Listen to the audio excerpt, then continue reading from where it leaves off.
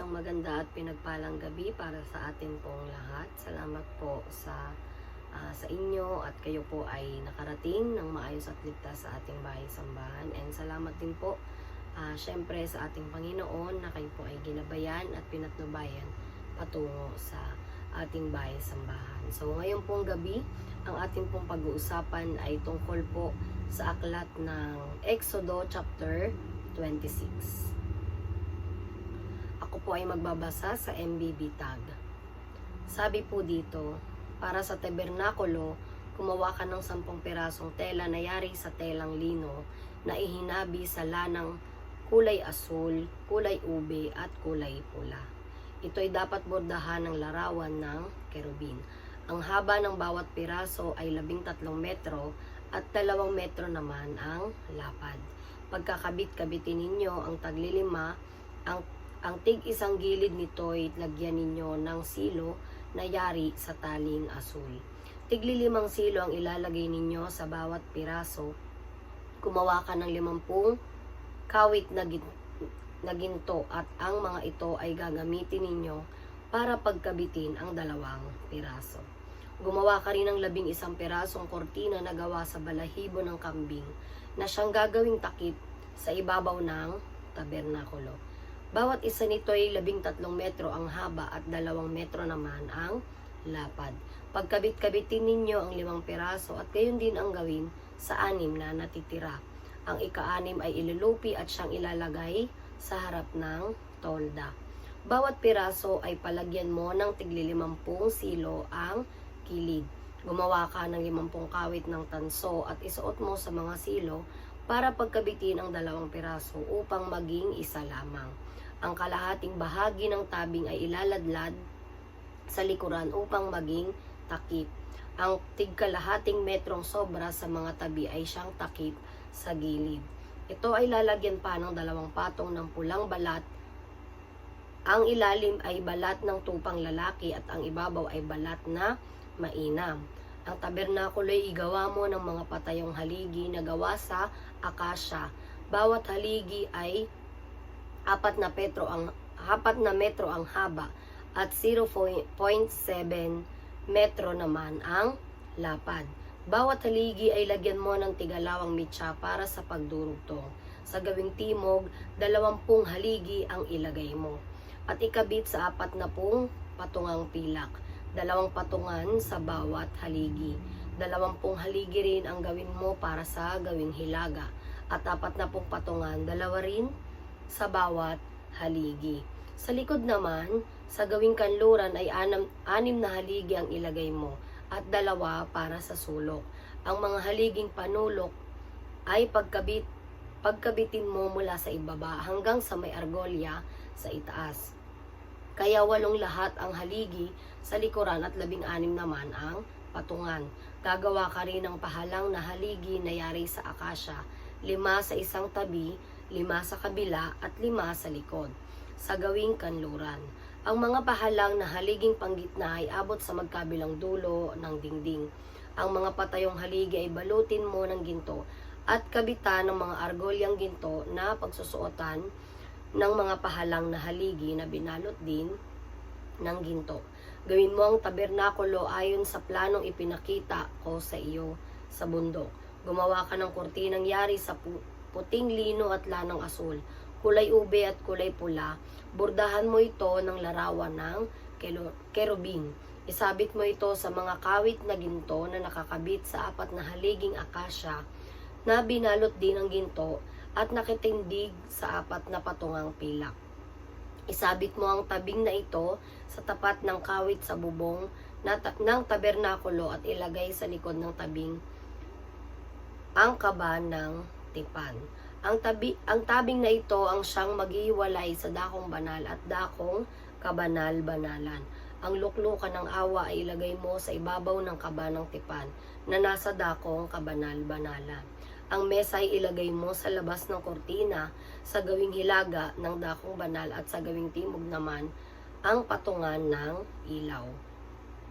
Ang pintuan ng tabernakulo, lagyan mo ng kortinang iba't ibang kulay. Kulay pula, na ihinabi sa lanang asul, kulay ube, kulay pula at telang lino. Ito'y bubordahan ng maganda. Gumawa ka ng 5 posteng akasya para sa tabing. Balutin mo ito ng ginto, kabitan ng argolyang ginto at itayo sa 5 tuntungang tanso. Tayo po ay manalangin. Panginoon, salamat po sa mga salita na muli mong ipinagkaloob sa amin para aming pagbulay-bulayan. Ikaw nga, Panginoon, ang aming Diyos na tunay na alam namin na kayang bigyan ng aral, Panginoon, ang lahat ng mga salita na nandito sa Biblia.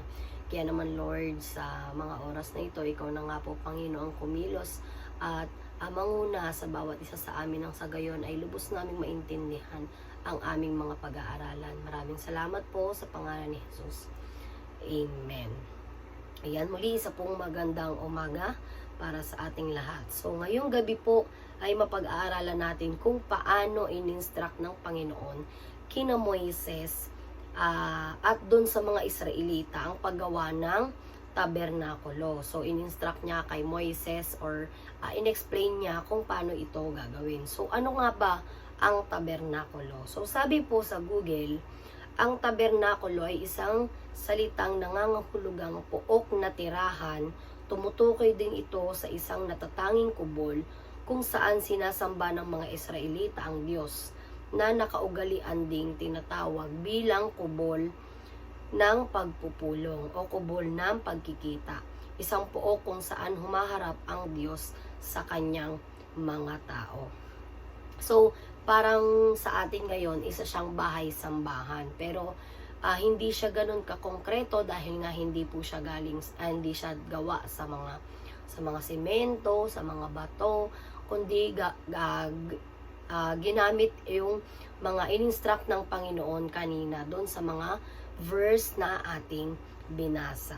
So, itong tabernakulo ay in-instruct ng Panginoon kay Moises na sa binasa po natin kanina, nalaman natin kung paano siya magbigay ng isang detalyadong gawain. So, mula sa klase ng tela na lino, kulay nito na kulay asul, kulay ube, kulay pula, at may borda na kerubin. So, sa haba, sa lapad, sa mga gintong pagkakabit-kabitin, sa kortina na gawa sa balahibo ng kambing, ganun din naman yung haba at lapad nito. Kung paano din po sinabi ng Panginoon about sa mga haligi ng tabernakulo at kung gaanong metro lamang yung haba at lapad na dapat nitong haba at lapad. So, kung ilang haligi bawat part nitong tabernakulo ay talagang pinaliwanag po ng ating Panginoon kung ilan o kung saan siya ilalagay. So, gayon din yung sa mga pagbalot ng argolyang ginto sa mga haligi ng tabernakulo. So, yung mga mesa, yung mga pintuan, at yung bawat kulay ng mga ito. At even yung mga poste na para sa tabing, lahat yon ay detalyadong ipinaliwanag ng ating Panginoon. So, sa mga verse po na binasa natin, no, mas lalo po nating naiintindihan at nalalaman na ang Panginoon, kapag meron siyang ipinapagawa sa atin, ay maayos, malinaw ito.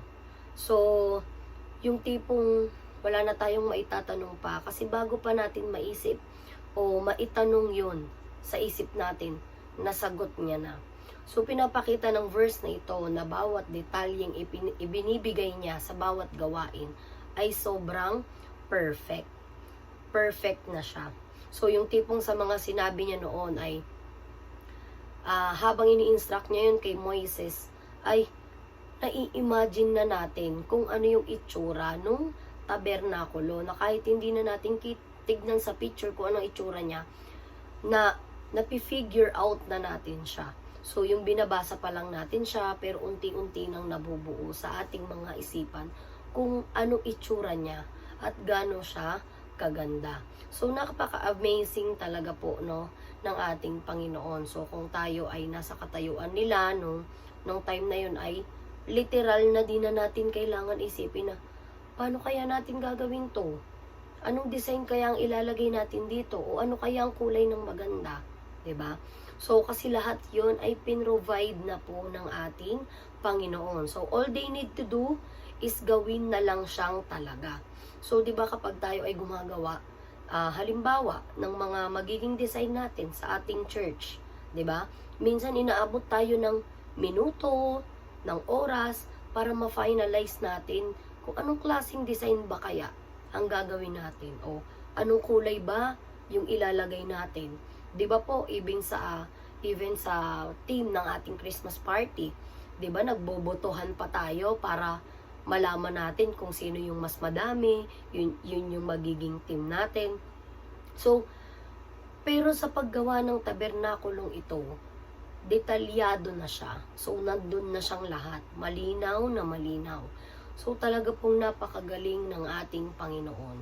Napakagaling ni Lord na kung paano siya mag-instruct sa mga dapat nating gawin. So, ganun din sa buhay natin bilang mga anak niya.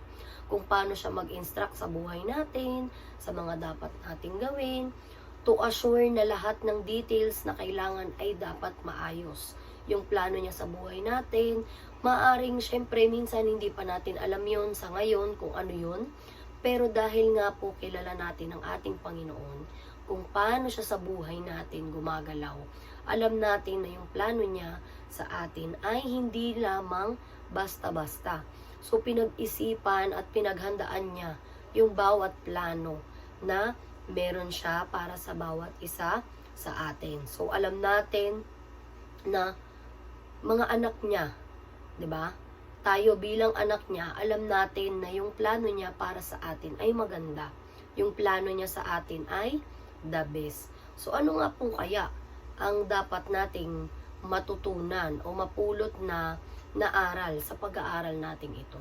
So, sa buhay po natin, no, bilang pong mga anak ng Diyos, gaya ng paggawa ng tabernakulo, kung gusto natin na maging maganda ang resulta ng mga ginagawa natin or mga gagawin pa natin, pakinggan at isagawa po natin ang inuutos ng ating Panginoon. So, si Lord po ay hindi lang nag-uutos para mahirapan tayo, kagaya ng mga, di ba, syempre, may yung mga amo natin, halimbawa sa trabaho, inuutusan nila tayo dahil yun lang yung gusto nila, para lang sa ikakaganda ng company nila. Pero minsan, hindi naman nila talaga naiisip na nakakabuti ba para sa empleyado nila yung pinapagawa nila. So, may mga ganong instances. Pero, si Lord, hindi siya ganon. Napakalaking diferensya niya para sa mga amo lang natin dito sa lupa.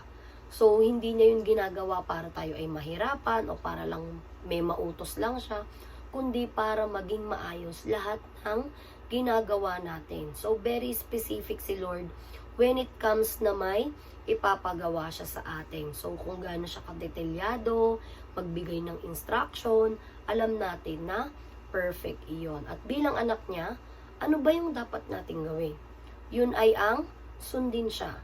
Kung ano man ang nais niya sa buhay natin, na gawin natin. So, gawin natin yun. Dahil yun ang nais ng ating Panginoon. So, alam naman natin na hindi naman natin ikakapahamak yun dahil si Lord yun eh. Hindi niya naman nahayaang mapahamak tayo. So, gawin natin yun ng walang tanong, walang alinlangan, walang pagdududa. Ang tanging kailangan lamang po natin ay ang magtiwala. So, magtiwala tayo na lahat ng iniuutos niya sa atin ay magiging maganda ang resulta. May magandang kahihinatnan. So, pagkatiwalaan po natin ang ating Diyos, ang kanyang kapangyarihan bilang ama sa atin. Dahil bilang anak ng Diyos, tungkulin po ng bawat isa sa atin na sumunod tayo sa lahat ng kanyang mga pinag-uutos. Kaya naman nga po, mga kapatid, sa gabing ito, bilang anak ng Panginoon, gaya ng ginawa ni Moises at ng iba pang mga Israelita, sundin natin si Lord. Dahil alam naman po natin na kapag sinunod natin siya, walang ibang magiging resulta ang ating ginagawa, kundi ito ay magiging maganda. Amen at amen. Ayan, salamat po sa inyong pakikinig sa lahat ng mga salita at aral po na ibinigay sa atin ng ating Panginoon. Tayo po ay manalangin. Panginoon, tunay nga na nagpapasalamat kami sa mga aral na patuloy mong tinitimo sa puso't isipan ng bawat isa sa amin kung gaano ka, Panginoon, kadetalyado magbigay, Panginoon, ng instruction kay Moises noon, Panginoon, gayon din ka rin naman ngayon, Panginoon, sa amin. Alam namin, Lord, na pag sinunod namin yung mga utos mo, yung mga nais mo, alam namin na hindi kami mapapahamak, kundi mas mapapaganda pa yung mga plano namin sa buhay. Lord, tunay nga na hinihiling namin na kung ano man yung mga plano mo sa bawat isa sa amin, alam na hinihiling namin, Panginoon, na patuloy mo pa kaming samahan, patuloy mo pa kaming gabayan, Panginoon. Alam namin na hindi mo kami iiwan, hindi mo kami pababayaan. Kaya naman, Lord, patuloy kaming magtitiwala, maniniwala sa iyong mga salita, sa iyong mga pangako, sa iyong kapangyarihan at kadakilaan. Ikaw na po, Panginoon, ang patuloy na maggabay at magpatnubay pa sa aking mga kapatid, Panginoon, sa pagpapatuloy ng gawain. Salamat, Panginoon, sa pangalan ni Jesus. Amen. Ayan. Maraming salamat po at magandang gabi po muli sa ating lahat.